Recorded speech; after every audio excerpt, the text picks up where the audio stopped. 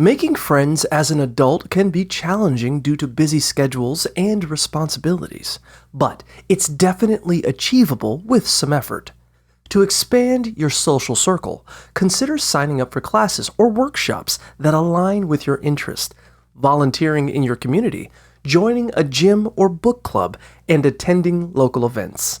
Engaging in recreational sports leagues and exploring new places can also introduce you to potential friends. Don't overlook the opportunity to connect with coworkers and friends of friends, as they can help you meet new people with shared interest. Additionally, leveraging social media platforms to join groups related to your hobbies can facilitate connections.